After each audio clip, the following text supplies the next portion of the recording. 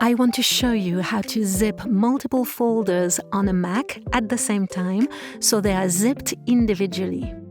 It took me forever to understand how to do this, so let me show you. First, I press at the same time Command and Spacebar. This will bring up the Spotlight search. And I type in Archive Utility. And I open it.